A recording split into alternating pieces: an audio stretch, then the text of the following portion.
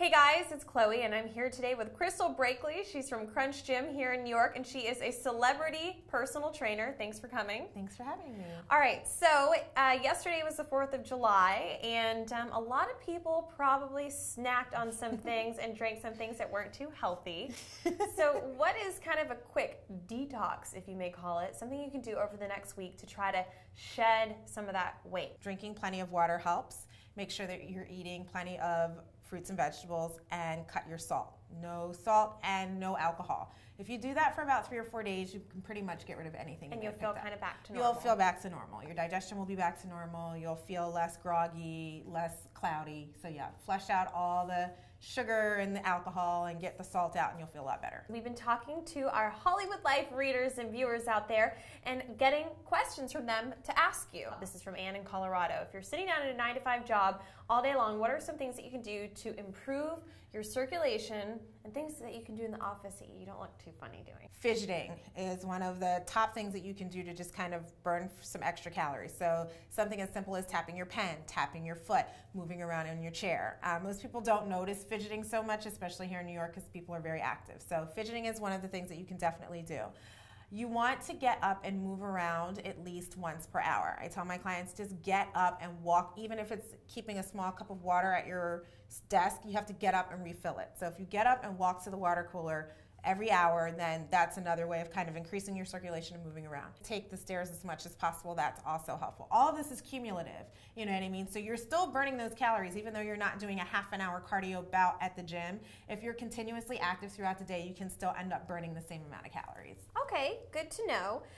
Now Amy in North Carolina wants to know, to lose weight, is it really 90% of what you eat that matters? So if we're talking about sheer weight loss and not so much about body composition, then yes, absolutely it is about what you're putting in your mouth. And then Ashley in Atlanta wants to know, I can't afford a gym membership right now. What can I do at home to get a workout in? Definitely, if you have Netflix, I always tell people use Netflix and sample different workout videos to see what you like to do. Whatever your style of working out is, you want to buy DVDs that are going to speak to that. Okay.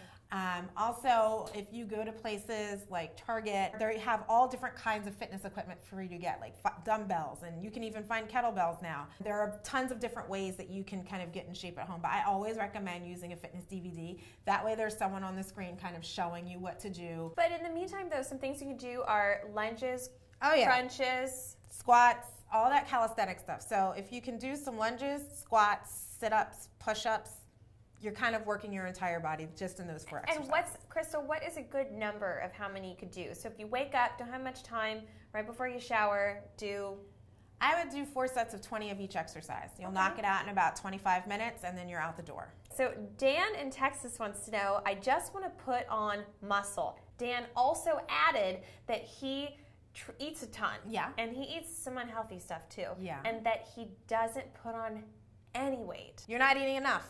Okay. Law of thermodynamics, calories in to calories out. If you want to lose weight, you have to eat less than what you burn. Food logging is your best friend, whether you're trying to gain weight or lose weight. So if you log your food, you know exactly how much you're eating. So get a baseline of what your normal caloric intake is for the day. If you're trying to gain weight, I would suggest adding 250 to 500 calories per day to what you're currently eating. If you're trying to lose weight, try and drop 250 calories a day from your normal baseline calorie count. It's a very simple way of just getting an idea of how you can lose weight, and it makes it idiot-proof.